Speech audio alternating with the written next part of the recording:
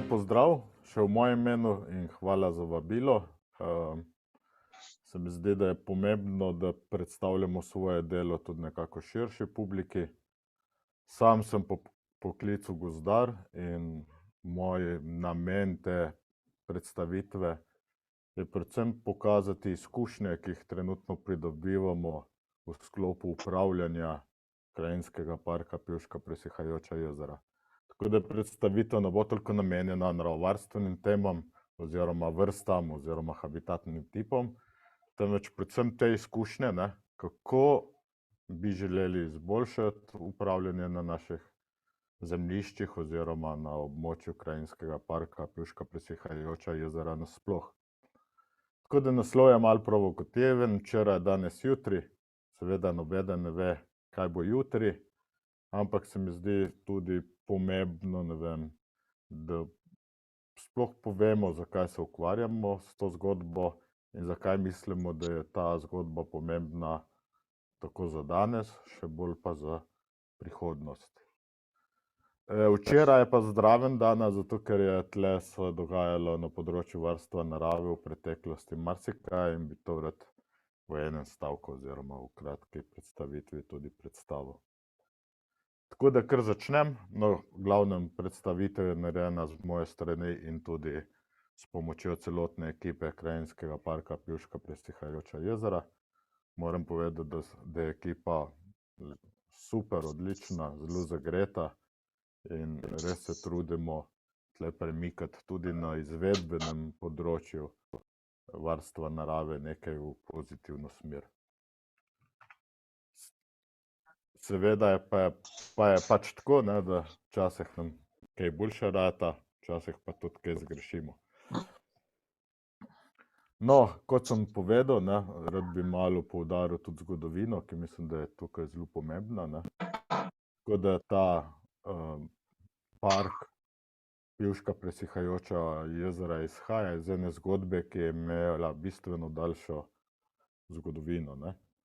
Tako da najprej je bila ideja o zavarovanju širšega območja Snežnika prikazana oziroma omenjena, napisana v reviji Varstvo narave leta 1967 in praktično se je od takrat nekako skozi v okolju našem vrtela ta ideja o zavarovanju.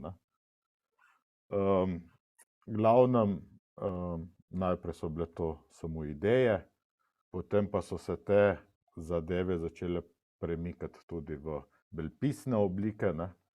Eden izmed pomembnih dokumentov iz preteklosti je Nacionalni program varstva okolja, ki je bil v bistvu sprejet 1999. In takrat so ti programi imeli precej oprijemljive cilje. Na primer, na področju Slovenije je bilo takrat predlagano, da bi se zavarovalo 30% ozemlja države. Kakor vidite na sami karti, je Snežnik praktično cel obarvan temno kot predlog za večji regijski park.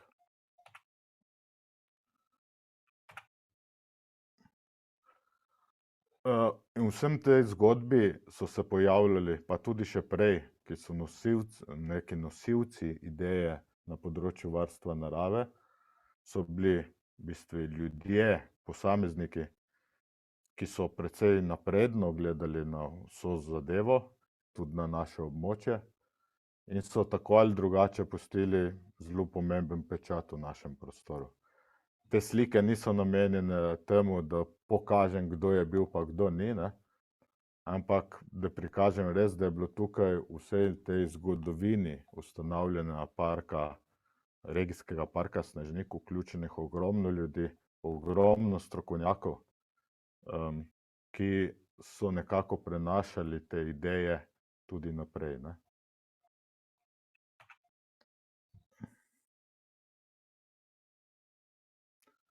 Moram še poudariti, na primer, da je bila predvsem od 1999, ko je bil sprejet prejšnji nacionalni program, ki sem ga poudaril, v bistvu za naravo, za varstvo narave zelo turbulenten čas, ne.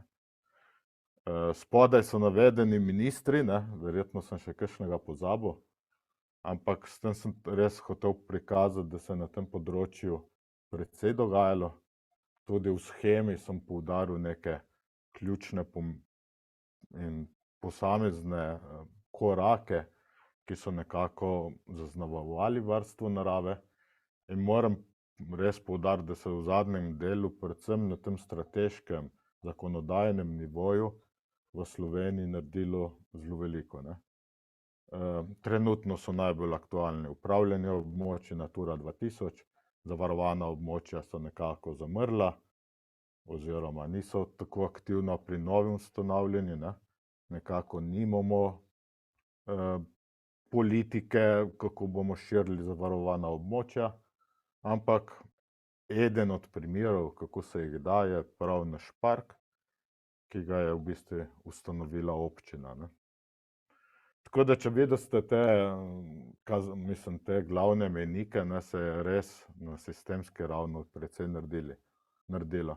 Ampak skozi pač imamo neki občutek, da teren oziroma izvajanje na terenu pa nekako zaostaja, da ne sledi tako ambiciozno tem strateškim dokumentom.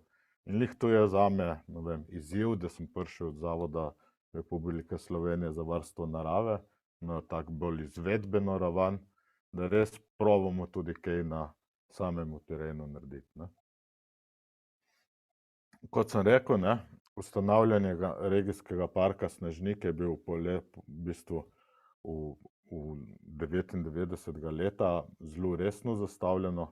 Ozadaj je bil en večji projekt Matra, ki je naredil ogromno na tem področju, ogromno strokovnih podlag zbral, ogromno ljudi povezal, ogromno komunikacijskih aktivnosti in praktično je bila osnutek uredbe o regijskem parku tik pred sprejetjem, ne. To je bilo leta 1999 oziroma vse je bilo pripravljeno, da bo vlada to stvar potrdila.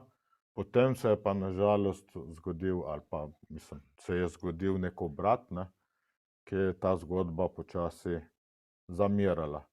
Vsekakor je država še kar nekaj časa provala držati to idejo o največjem zavarovanem območju v Sloveniji, regijskem parku Snežniku, tudi z različnimi bilteni, tudi s prisotnostjo na lokalnem področju, vendar na žalost je pač ta ideja zamrla. Zanimiva se mi zdi izjava gospoda Breginca, ki je bil v bistvu viden predstavnik varstva narave takrat na MOP-u, ne, da gre za pilotni projekt, da te izkušnje, ki so se tukaj naredile, se bodo uporabile tudi pri ustanavljanju drugih parkov. Ampak in na žalost je bilo res tako, ne, v bistvu z ustavitvijo ustanavljenega regijskega parka Snežnik so se v bistvu končale tudi ambicije Slovenije za povečanje zavarovanih območij, ne. Na žalost se je to res izkazalo kot pilotni projekt, ampak v negativno smer, ne. Kljub temu je območje seveda zaradi svoje naravovarstvene pomembnosti vseskozi bilo aktivno obdelovano s strani naravovarstvenih strokovnjakov. Vsekakor moram poudariti Naturo 2000 Sloveniji, upravljavski modeli in informacijski sistem. Ta projekt je bil financiran z EU sredstev, LIFE, v bistvu mislim, da prvi sistemski, malo bolj sistemski LIFE v Sloveniji. In tukaj so nastale tudi podrobnejši načrt upravljanja za projektno območje Snežnik. Spet ogromno znanja zbranega, ogromno pametnih usmeritev, kako delati z našim območjem, ki pa se potem nekako ni vsaj po moji oceni, v dovoljšni meri prenesel v prakso.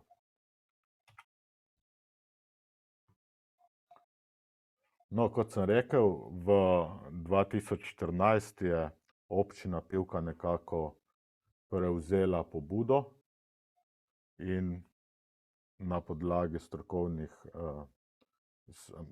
strokovnih podlag ZRSVN-ja ustanovila krajinski park Pivška presihajoča jezera, ki je en manjši del v bistvu pokriva tega velikega regijskega parka, ki je bil v Plani. Tukaj je v bistvu ustanovitelj samo občina, vendar si vse skozi prizadevamo, da v čim večji meri seveda sodelujemo tudi z drugimi parki, z MOP-om kot politiko in tako nekako poskušamo tudi vzpostaviti neke sisteme za spodbujanje upravljanja na parkih, ki so v bistvu nastali od spodaj navzgor, torej od lokalne skupnosti navzgor. Zanimivo je, da je predvsem v širšem okolju ta ustanovitev krajinskega parka požela precej pozornosti. Tako da je eden izmed komentarjev je bil, da so tudi Pivčani osvojili lekcijo nesojenega snežniškega parka, le na drugačen način. Spoznali so, da je morda to priložnost za območje, za nadaljni razvoj in zato na lastno pest potem začeli to zgodbo peljati, seveda na območju občine Pivka.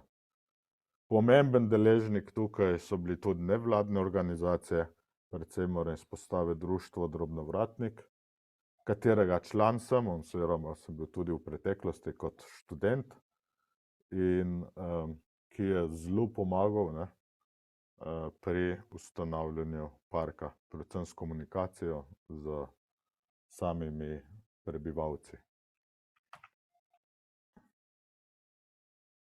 Tako da je nastal, rodil se je krajinski park Pivška presihajoča jezera in s tem se mi zdi ena taka dobra zgodba, ki jo poskušamo nekako sestaviti. Seveda imamo tudi svoje nihanja, boljše pa slabše čase, več dela pa manj dela, pa več denarja pa manj denarja, ampak vse skozi se mi zdi, da kar dobro sledimo temu cilju, da ohranjamo v bistvu našo zavarovano območje. Park ima približno 140 kvadratnih kilometrov in se v bistvu na svojem severovzhodnem delu že povezuje z Notranjskim parkom, Notranjskim regijskim parkom, na jugozahodu pa meji v bistvu na vplivno območje Škocjanskih jam, regijskega parka Škocjanskih jam. In tako nekako se mi zdi, da že skladamo neke puzle, ki bodo bolj kompleksno pokrile to območje, ker mislim, da je vredno ga varovati. No, ožje območje parka predstavljajo seveda naša presihajoča jezera. To so kot eni dragulji v naši kulturni krajini, ki so tudi drugače zanimiva, privabljajo ljudi, privabljajo turiste, privabljajo pohodnike, privabljajo pač ljudi, ki si želijo ogledati ta fenomen. Tako da vseh skupaj jezer imamo 17 v naši občini in torej pod varstvom, pod režimom krajinskega parka Pivška presihajoča jezera je 11 jezer. Mislim, da smo občina z največjimi jezeri v Sloveniji, daleč največ številom jezer v Sloveniji, so pa to seveda presihajoča jezera in jih velikokrat tudi ni. Tako da to je res ena taka posebnost na tej zgornji Pivški dolini, ta naša jezera.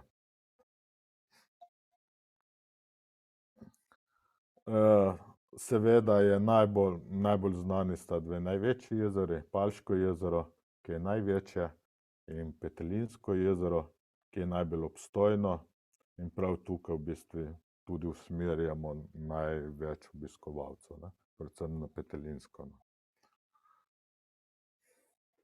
Kot sem že nekako poudaril, se mi zdi, da je pomembno, da si krajinski park nekako postavi cilje ki jih seveda poskuša v čim večji meri tudi dolgoročno zasledovati, ne. Prva je vsekakor ohranjanje značilne kraške pokrajine ob reki Pivki, predvsem smo usmerjali v te ekstenzivne kmetijske površine in s tem seveda tudi ohranjanje biotske raznovrstnosti in lastnosti naravnih vrednot. Zelo pomembna naloga parka je tudi zmanjševanje onesnaženja površinskih in podzemnih voda, ki so v bistvu tudi vir same pitne vode za prebivalce. In to je bil tudi eden izmed pomembnih vzrokov, zakaj je ta park sploh nastal. V letu 2014 oziroma 2013 je bilo na območju v bistvu celotne te notranjskega dela zelo velik problem s pitno vodo. Več mesecev voda ni bila pitna. Občina sama je ugotovila, da nima nekih resnih ali pa učinkovitih mehanizmov, da bi preprečevala onesnaževanje vode. Šlo je namreč za gnojenje z digestatom iz ene od bioplinarn.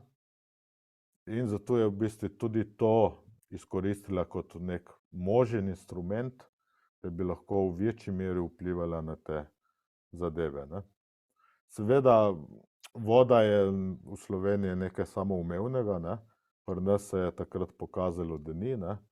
Seveda najprej ne smeš piti, potem se ne smeš zob umivati, ne, in to se je stopnjevalo, ne. In občine so nekako poskušale na različne načine reševati to problematiko, no. Občina Pivka je pač ugotovila in se tudi s tem lotila resno dela in postavila tudi ta krajinski park. Kot krajinski park, ki ga je ustanovila seveda občina, ne, oziroma lokalna skupnost, se moramo vedno znova truditi tudi za izboljšanje kakovosti življenja prebivalcev krajinskega parka, ker je to en zelo pomemben element, ki omogoča naš obstoj in seveda tudi nadaljnji razvoj našega območja, ne. Predvsem gre tukaj za kmetijstvo, ne, ki mi ni ravno z rožicami postlano, ne, in se mi zdi, da tukaj moramo imeti pomembno vlogo pri nadaljnjem razvoju in usmerjanju tega kmetijstva. Tako da celoten park je seveda pokrit z območjem Natura 2000, z tako habitatno direktivo, torej sac, javornik in snežnik, kot tudi ptičjo direktivo, to je snežnik Pivka. Zraven pa imamo še kup posebnosti rastlinskih in živalskih vrst, ki so zavarovane, redke oziroma ogrožene. In verjamemo, da lahko z našim delom v bistvu ohranimo vse te vrste tudi za naše potomce. Kot sem rekel, ne, najbolj se fokusiramo na kmetijstvo. Velik del parka predstavljajo tudi gozdovi, ki so pod Naturo 2000. Se mi zdi, da v gozdarskem sektorju nam gre varstvo narave oziroma upravljanje Natura 2000 nekako boljše. Tam so bolj obstoječi načrtovalski sistemi, pa ne bom rekel, da tam nimamo težav, ampak se mi zdi, da je gozdarstvo vseeno korak naprej od kmetijstva, ne. Tudi ta naša ekstenzivna krajina je res posebna in je seveda ključna, odvisna od samega kmetijstva, ne. Tako da celotno območje nekako spada v območje z omejenimi dejavniki za kmetijstvo. Gre namreč za kras, tipičen krast, slaba rodovitnost prsti, plitva prst, kamnitost, skalovitost, kar onemogoča v resnici tudi razvoj bolj intenzivnega kmetijstva. In prav na področju varstva narave je to lahko zelo pomembna prednost, no. Večina naših površin, kmetijskih površin predstavljajo travniki oziroma pašniki, ne. Nekako skozi leta se travniki zmanjšujejo, pašniki pa povečujejo, predvsem zaradi tega reliefa, ki praktično onemogoča, sodobno košnjo, ne. Ali pa bolj intenzivno, bolj ekonomično košnjo, ne. Zanimivo je, da je na našem območju precej kmetijskih površin vključenih v ekološko kmetijstvo. Mislim, da je ta delež trenutno še večji in tako tudi odstopamo nekako od povprečja Slovenije, kjer je, mislim, da okoli 20% ekoloških površin, ne. Kot sem poudaril že, ne, postavljamo si izzive, ne, lahko bi jih bolj zglobno imenovali tudi problemi, ne, ampak bolj produktivno, bolj optimistično, ne, se predvsem ukvarjamo s spodbujanjem primerne kmetijske prakse, s preprečevanjem zaraščanja na drugi strani, ne, ki je bil vsaj v preteklih letih zelo intenziven na tem območju, zdaj pa se glede na analize nekako ustavlja oziroma morda se celo v manjši meri obrača. In s tem seveda poskušamo tudi vplivati na sam razvoj kmetijstva, torej spodbujanje ekološkega kmetovanja, tudi v smislu dodane vrednosti izdelkov, kmetijske prakse, ne, kot podpora tudi varstvu narave, povezovanje, vključevanje, ne. Na primer, ena večja težava, s katero se soočamo, je umeščanje kmetijskih objektov v to krajino, saj nekako hlevi izginjajo iz vasi in bolj se usmerja kmetijstvo v to prosto rejo, ne, in ki zahteva neke objekte, še posebej zato, ker smo tudi na območju velikih zveri. Seveda dodana vrednost izdelkom pa ponavadi pride tudi z obiskom obiskovalcev oziroma turistov, ne. Pomembna se nam zdi tudi spodbuda za usmerjanje evropskih sredstev. Moram poudariti, da v zadnjih letih je varstvo narave, varstvo okolja, podnebne spremembe zelo visoko na prioritetah Evropske unije z vidika projektov. In tukaj bi tudi želeli po eni strani večji izplen finančni, po drugi strani pa tudi seveda boljši učinek na samem terenu, ne. Vsekakor je pa ena ključnih nalog ozaveščanje tako kmetov, obiskovalcev, lokalnega prebivalstva. In to je bilo na primer 2014 narejeno res ogromno in še bomo delali na tem področju, ker je to res ena zelo pomembnih stvari za naprej. Kaj v bistvu sploh delamo, ne? Kake so v bistvu sploh naše naloge, ne? Zelo težko jih bi definiral, malo sem se ukvarjal s tem vprašanjem. V bistvu našo Naturo 2000 upravljamo preko sektorjev, kmetijstvo svoje, gozdarstvo svoje, ne. In kakšna je sploh vloga nas, ne? Praktično pomagamo predvsem tam, kjer se zalomi, ne.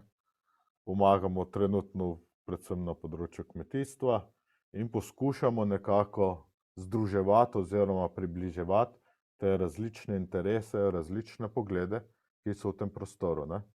Torej, kako gleda na isti travnik, na isti pašnik kmet, kako gleda, ne vem, naravovarstvenik, kako gleda raziskovalec fitocenolog, ne, in kako na primer kmetijski sektor, ne, tu so svetlobne razlike, ne. In seveda za učinkovito upravljanje, ne, je potrebno ta pogled seveda združiti, ne, in ga nekako poenotiti, ne. In tukaj vidimo predvsem našo nalogo, ne. No, kot sem rekel, precej v glavnem se financiramo iz evropskih sredstev, iz evropskih projektov.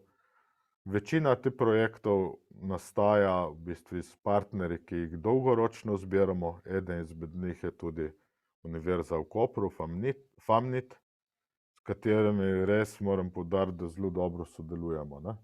Želimo, da sodelujemo s stabilnimi partnerji, ki ostajajo na našem področju, kadar ni več projekta, da lahko tudi, ko ni več denarja, ko ni več sredstev, ko ni več projekta, pokličeš, vprašaš, se pozanimaš, tudi pridejo na teren in tle se mi zdi, da res s partnerji kar dobro delamo, ne. Še poudaril bi tudi Škocjanske jame, ne. Zelo zmeraj odprti za pomoč, strokovno pomoč. Tako da res se mi zdi kar ena super družba zavodov, posameznih ljudi, ki so vedno pripravljeni pomagati, ne. Tako da zdaj sem nekako na predstavitvi samega projekta Pivka Kras presiha. To je v bistvu trenutno največji projekt na našem območju z vidika varstva narave oziroma celo nasploh v občini. In moram poudariti, da ta sredstva so seveda pomembna tudi za lokalno skupnost, ne, in tudi predstavljajo nek razvoj tudi širše, ne. Tako da partnerji pri tem projektu smo občina Pivka kot vodilni partner, Zavod Republike Slovenije za varstvo narave, predvsem sodelujemo z območno enoto Nova Gorica, Kmetijski gozdarski zavod kot ključni svetovalec na področju kmetijstva, predvsem tukaj sodelujemo seveda z izpostavo v Postojni in seveda Famnit, ki nekako strokovno, bolj znanstveno pristopa do popisov, do ocene stanja. Tako da se mi zdi, da zelo dobro pokrit projekt z različnih vsebin, ne. Seveda, taki projekti so en velik zalogaj za celotno občino. Občina, morate vedeti, da je precej majhna, ima malo zaposlenih, vendar se tukaj kaže, no, da ima občina veliko znanja, ki ga za tak projekt tudi potrebuješ.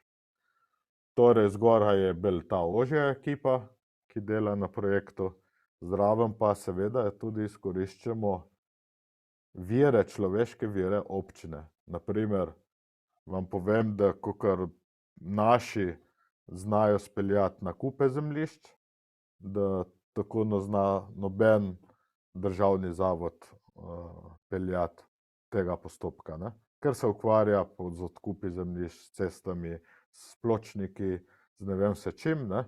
In to znanje res, to posel res dobro obvladajo, ne.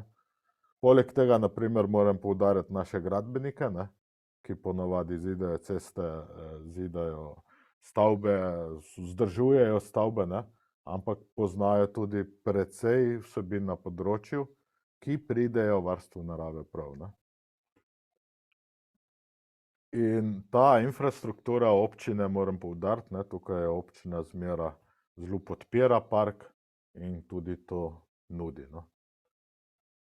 V bistvu smo poskušali čim bolj ta projekt povezati s splošnimi cilji iz parka, ne, torej predvsem je poudarek na kmetijstvu, komunikacija tudi s strokovnimi inštitucijami, s prebivalci in seveda tudi razvoj nekega kmetijskega sektorja.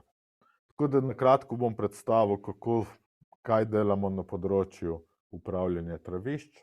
Usmerili smo se predvsem v dva habitatna tipa, to so Natura 2000 habitatna tipa, presihajoča jezera in vzhodna submediteranska suha travišča.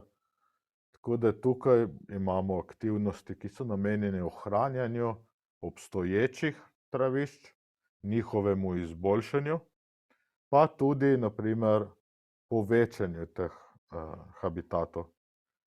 Nekatere stvari so precej testne, malo poskušamo, se lovimo in tako nekako plujemo skozi projekt.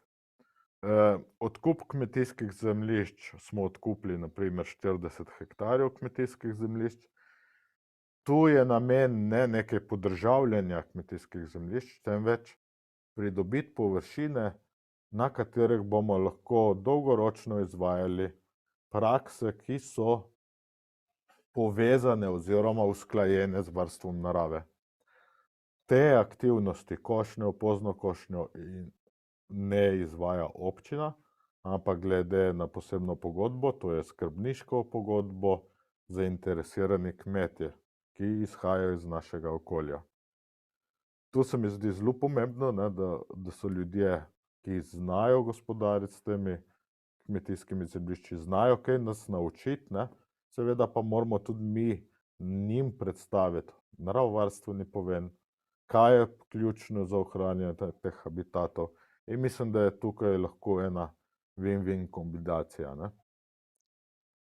Predvsem torej temeljimo na poznejši košnji, in seveda tudi na čiščenju zaraščajočih površin, kot sem omenil, je to bil v preteklosti večji problem, zdaj pa se to nekako ustavlja, ne.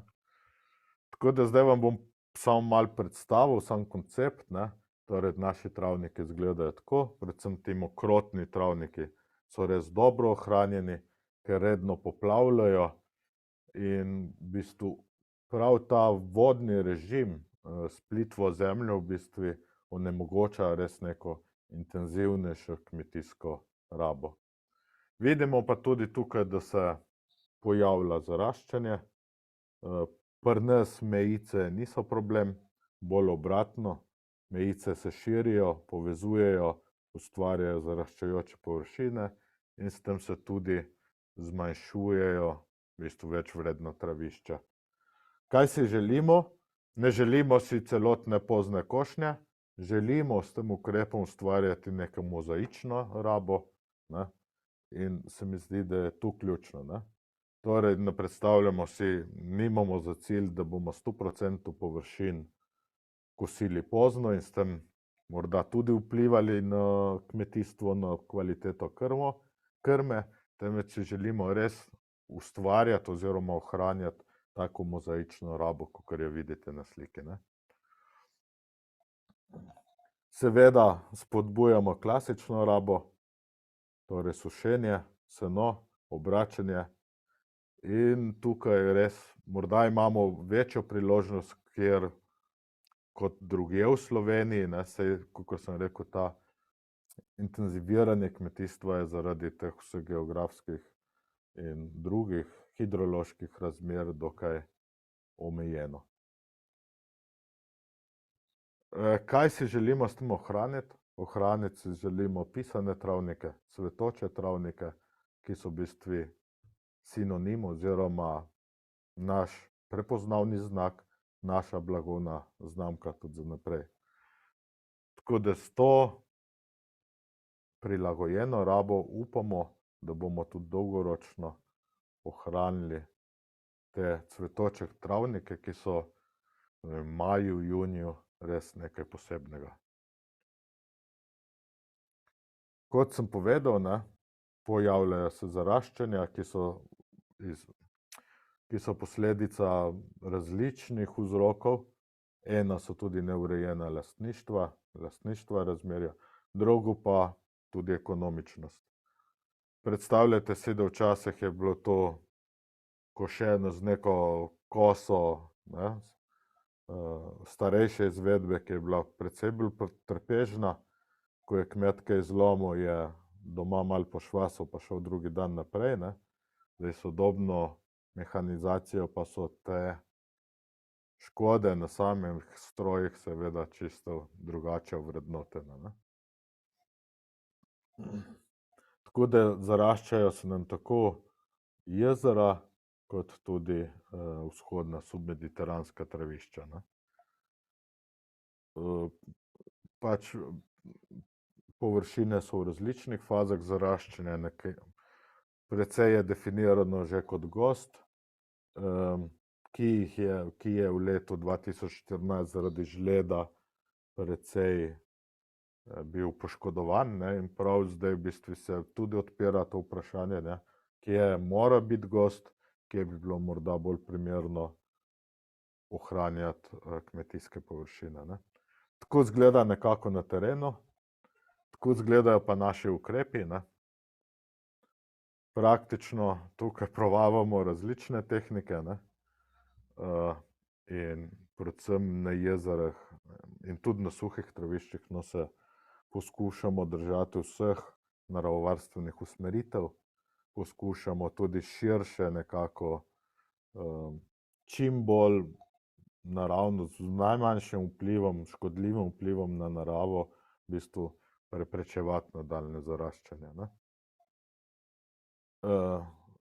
Tu ne gre kar zlahka in ena izmed pomembnih izkušenj z tega projekta je, da je ključno travnike, ki so trenutno na razpolago, ohranjati. Ko se enkrat začne resen proces zaraščanja, je seveda povratek nazaj v kmetijsko krajino težak, boleč tako za naravo, kot tudi za nas, ne, ki gledamo te zadeve. To so v bistvu kar dragi in težko izvedljivi ukrepi, ki v resnici jih sami kmetje ne bodo ali pa vsaj ne na tak način izvajati, ker je to predrago. No, kot sem rekel, ne, tukaj mi nimamo nekih problemov z mejic, precej površin se tudi zarašča zaradi lastništva in sicer smo puščali tudi posamezne mejice, posamezna drevesa, praktično vsa posamezne grmovne enote, ne, ampak tle nismo bili pod tem udarom, da moramo, da lahko s tem v bistvu uničimo pomemben del mejic, ki so na našem območju precej pogoste. No. Ena izmed velikih finančnih in tudi tehničnih zadev v projektu je tudi čiščenje ravnice. Tu gre za eno večjo jamo, ki je praktično v preteklosti bila napolnjena s smetmi in zdaj jo v bistvu čistimo. Tudi tu je en tak ogromen, tako finančni kot tehnični zalogaj, ki jo brez evropskih sredstev občina ne bi izvedla ali pa jo bi v dolgem roku. Nažalost imamo takih starih grehov še kar precej. No. Tudi jam, tudi divjih odlagališč iz preteklosti. Nažalost pa tle Slovenija nima v resnici nobenega resnega vira financiranja za reševanje teh bolj okoljskih problemov. No. Dotikamo se tudi drugih vrst. Tukaj bi izpostavil velikega pupka, kjer izvajamo obnovo kalov, Drskovče Zagorje. Tukaj je tudi na primer Famnit s svojimi izkušnjami, pa tudi drugi precej pomagali. Tako je na začetku izgledal ta kav, potem kar velik poseg, ki je kar grozno izgledal na začetku. Izkoristili smo letošnje leto, ker je bila izjemna suša in so v glavnem ti kali presahnili. In tako izgleda zdaj, ne, mislim, v jeseni, poln vode. Ti kali se počasi opuščajo, vsaj v okolici vasi izgubljajo svoj pomen. Včasih so veljali nekako za napajališče, pa tudi za rezervo vode, ne. Morda pa bodo še kdaj prišli prav, glede na podnebne spremembe in seveda sušo, ki je, se mi zdi, vedno bolj pogosta. No. Zanimivo je predvsem izkušnja ta, ne, da se na primer dvoživke zelo hitro navrnile nazaj v obnovljen kav. Verjetno tudi zaradi tega, ker druge izbire niti nimajo. Na območju Krasa, na območju našega parka je seveda teh vodnih teles zelo malo. Ne. Tako da je dobro izpeljana akcija, ki smo jo se kar bali. Ne. Druga taka vrsta, ki se ji posvečamo, je mali podkonjak. Praktično smo popisali vsa območja, kjer je bil pričakovan. No, in včasih dobiš tudi nagrado, če malo firbcaš okoli cerkva.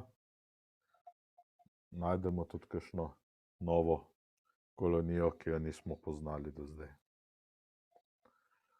No, tretja taka vrsta, ki je karizmatična in jo tudi večkrat uporabljamo za promocijo vrst v naravi, je strašnič in mravljiščer.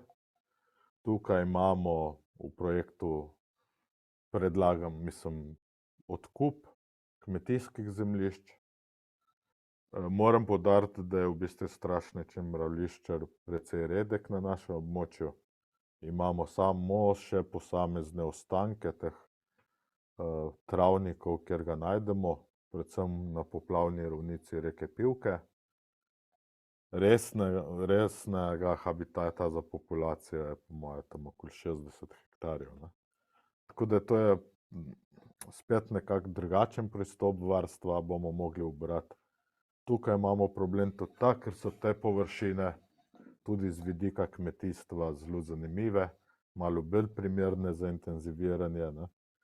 In bomo po mojem mogli tukaj v prihodnje tudi precej truda vložiti, če bomo hoteli tega metulja ohraniti, ne. Tudi ukrep, na primer med, ki naj bi bil pisan na kožo metulja, torej prilagojen z ekologijo vrste, nekako pri nas ne prime. Gre namreč za problem, na primer velikokrat je 10. junija so še travniki poplavljeni, 15. septembra ni možno več sušiti sena, tako da je tudi ta povezava s kmetijstvom zahtevna, no. Ena izmed pomembnih nalog krajinskega parka je informiranje, kot sem že povedal, tako lokalnega prebivalstva, turistov, obiskovalcev, in zato nam dobro služi ekomuzej, oziroma nam je dobro služil ekomuzej. V tem ekomuzeju je bilo ogromno res kvalitetnih dogodkov, ogromno povezovanj ljudi, na primer na spodnji sliki vidite lastnike ovčarskih psov in mislim, da je imel zelo pomembno vlogo pri nastajanju oziroma pri krojenju parka oziroma teh vsebin, ne.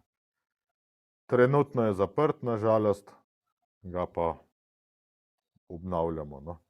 Pač stavba se bo posodobila, tudi malo bolj posodobljena interpretacija varstva narave oziroma celotnega našega območja. V sklopu projekta širimo oziroma urejamo tudi poti, ki so namenjene rekreaciji, predvsem kolesarstvu, pohodništvu, jih urejamo, označujemo, ker želimo s tem usmerjati obiskovalce na poti, ki so bolj primerne za njih, ne. Zdaj, precej se pogovarjamo o tem, ne, ali je krajinski park priložnost, ali je ovira, ali je to neka razvojna platforma za prihodnost.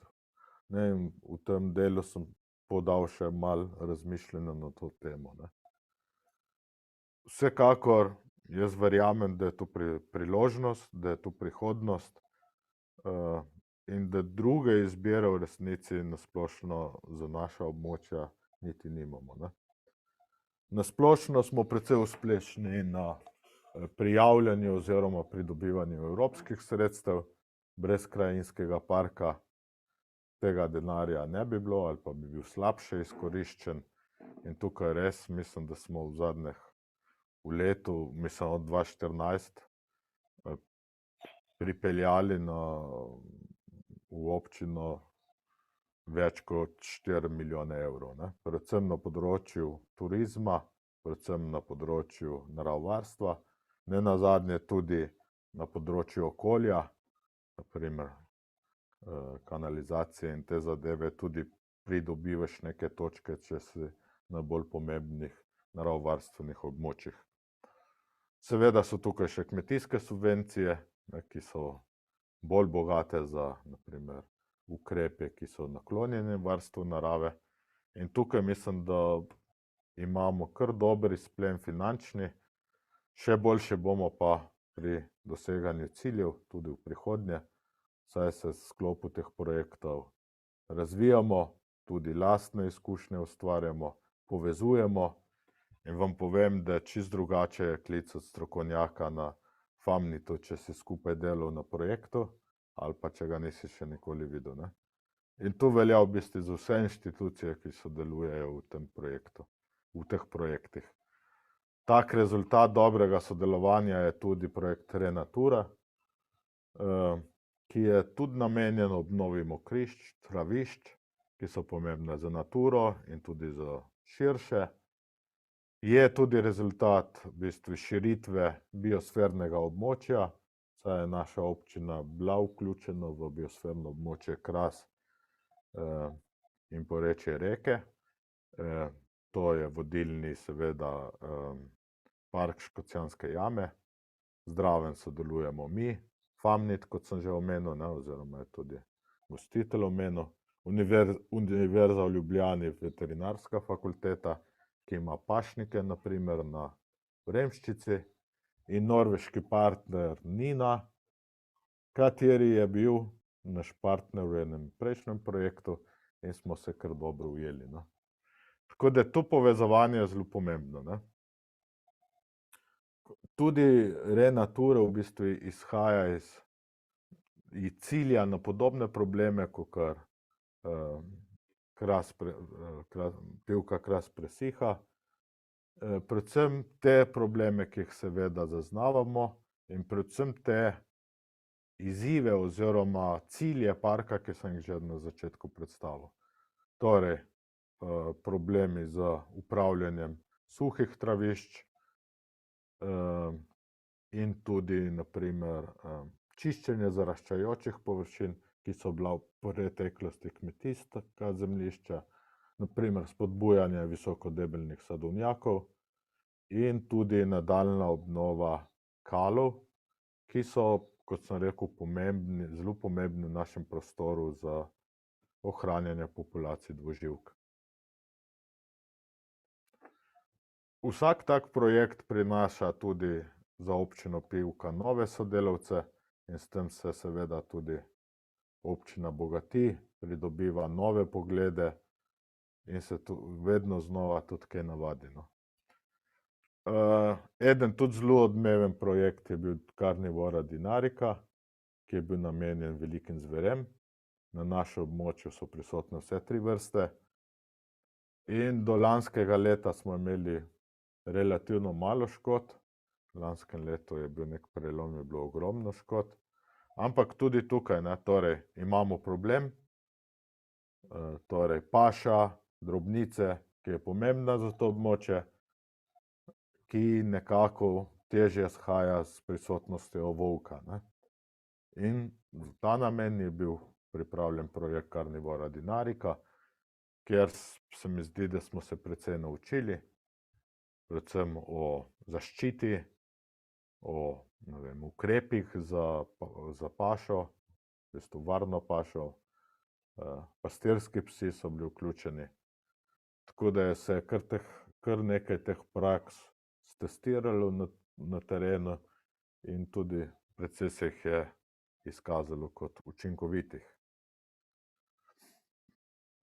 Nastala pa je tudi Dina, center velikih zveri. To je precej sodobno zasnovan infocenter oziroma center, ki je namenjen ozaveščanju prebivalstva, po eni strani, zakaj so velike zveri pomembne, po drugi strani pa tudi, da moramo se z ukrepi seveda čim bolj omejevati škode in tako nekako zagotavljati sobivanje na območju. Ne. Kot sem že večkrat omenil, to so v bistvu samo 2 izpostavljena projekta, eden se je končal, pa imamo zdaj center, drugi je v teku. Ne. Imeli smo še en kup uspešnih projektov na področju turizma, ki so jih predvsem moji sodelavci, ki se bolj s turizmom ukvarjajo, izpeljali, in se mi zdi, da je tle bil tudi narejen velik napredek. No. Ekološko kmetijstvo sem že omenil, ne. Na žalost ali pa na srečo za varstvo narave neke izbire ali pa neke možnosti intenziviranja niti nimamo. Seveda pa je velika skrb, da to kmetijstvo ohranjamo, ga povezujemo z varstvom narave, ker brez aktivnega kmetovanja te krajine ne moremo ohranjati. Ne. Spodaj je en graf, ne. Tudi tu je delček tega je naše delo, delček tega je delo partnerjev, ki delamo na projektu oziroma ki delamo na tem prostoru, je, da v bistvu vse skozi se povečuje vpis ukrepov KOPOP, to so kmetijsko-okoljski podnebni plačila, ne, torej, ki spodbujajo ekstenzivno rabo, ki spodbujajo bolj primerno rabo za varstvo narave, ne, in s tem seveda ohranjamo kmetijske površine v dobri kondiciji. Zelo popularen ali pa zelo uspešen je ukrep za habitatne tipe, ki tudi narekuje pozno košnjo. No, kakor sem omenil, med, torej ukrep za metulje je slabo vpisan in tukaj tudi ne moremo nekako prebiti teh problemov, ki jih imajo kmetje potem s tem ukrepom, ne. Moram poudariti pa še zelo veliko povečanje VTR-ja, to je ukrep za kosca oziroma za travniške ptice, predvsem mokrotnih travnikov. Tukaj je na primer predvsem v zadnjih 3 letih se je ta ukrep kar povečal, ne. Trenutno jih imamo okoli 50 hektarjev vpisanih, no. Na začetku jih je bil pa 1 hektar. Kot sem rekel, turizem.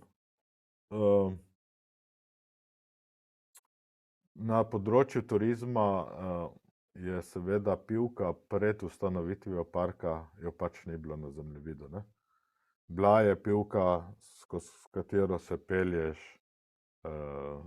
z Ljubljane na morje, ne. Ampak v zadnjem času, ne bom rekel, da je to samo v bistvu uspeh ali pa samo posledica delovanja krajinskega parka, temveč tudi verjetno neke splošne slike na področju turizma, da postajajo take destinacije z ohranjeno naravo, z mirom, z lažjimi, ne vem, rekreacijskimi potmi, kolesarskimi potmi, dobro obiskane, ne. Tako da pri nas je kar nekaj razvojno usmerjenih turističnih ponudnikov. Predvsem gre to za kampe, ki omogočajo kampiranje. V teh kampih so večinoma tujci. Tako da ta procent je seveda fascinanten, ne, število ležišč v krajinskem parku se je povečalo za 600%, ne. Zlobni jeziki bi rekli, ja, da z nič se je lahko povečevati, ampak kot vemo, je turizem tudi dolgoročna zgodba in mislim, da je to kar dober znak tudi za naprej, no. Seveda je pa tudi na nas, da ga bomo znali pravilno usmerjati, da bo trajnostno usmerjen, da ne bo puščal sledi v našem prostoru, ne. In no, moram se pohvaliti, da je pri nas tudi en kamp, ki je med najboljšimi kampi v Evropi, no.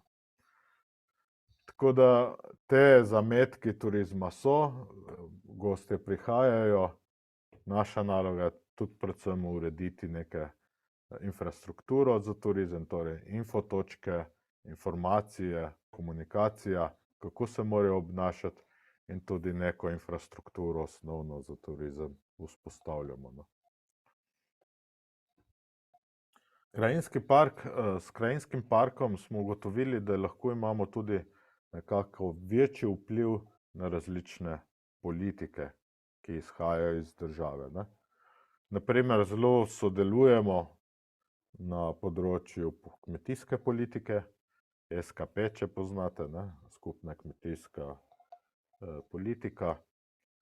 Ne bi rekel, da smo kaj zelo posebej uspešni, ampak vseeno nekako dajemo pripombe, opozarjamo na probleme pri samem izvajanju kmetijske politike in upam, da bo tudi v prihodnje morda več posluha za kakšne spremembe na tem področju.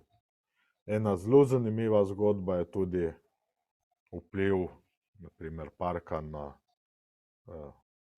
prostorsko politiko. Na našem območju je želela država umestiti plinovod, to je plinovod Kalce-Jelšane. Dokaj čudno umeščen, ker tako malo naravnost, ne, v tem smislu. Temu se je Krajinski park seveda tudi s podporo občine uprl in prišlo je do zelo zanimivega v bistvu paradoksa, ne. To državni prostorski načrti, to so tako imenovani DPN-ji, so v rokah države in z njimi v bistvu lahko povozi občinske prostorske načrte oziroma jih mora občinski prostorski načrt potem implementirati. Ampak tukaj se je ta zgodba zapletla do samega ustavnega sodišča.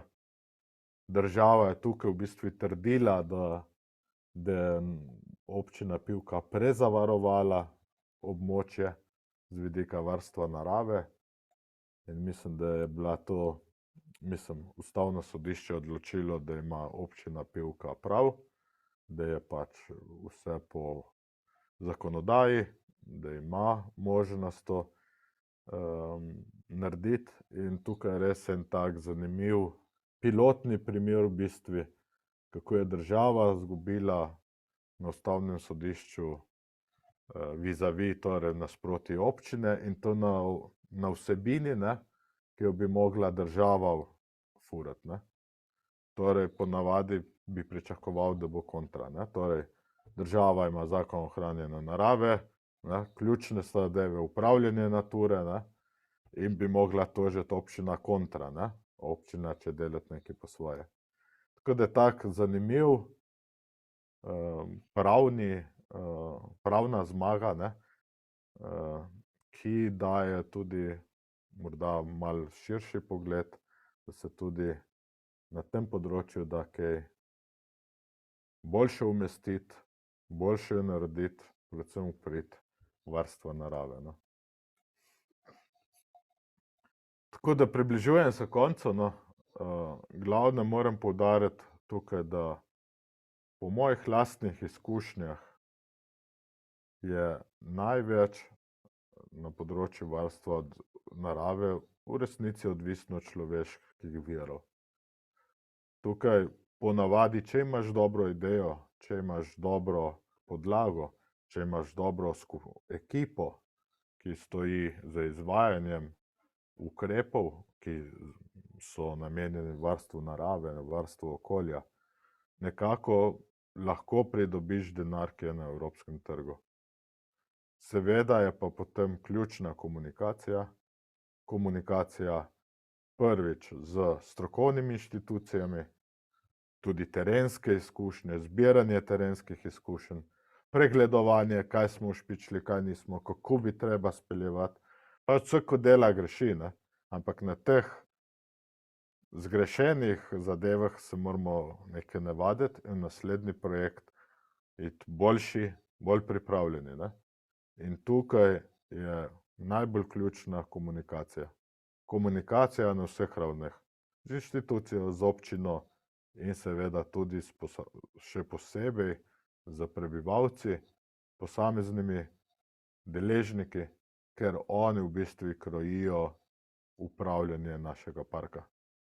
Torej, če ne bo kmet kosil, občina, država finančno ne bo mogla tega zalogaja prevzeti nase in tudi nima smisla, ker moraš imeti tudi zadaj neko vsaj osnovno ekonomiko, ne. In pogovarjanje je ključno. Torej, ljudje, ki delajo na terenu, ki kosijo, ki upravljajo s temi deli, marsikaj vejo, ne smeš vsega vzeti kot suho zlato, ampak se treba poslušati, delati na komunikaciji in tu v bistvu je edino, kar ostaja potem v okolju, ne. Torej, izobraževanje ljudi, ozaveščanje ljudi, da je varstvo narave pomembno, da morajo ohraniti te zadeve za svoje naslednike, da so to dolžni narediti. In mislim, da je tle Krajinski park od ustanovitve do danes naredil zelo velike korake.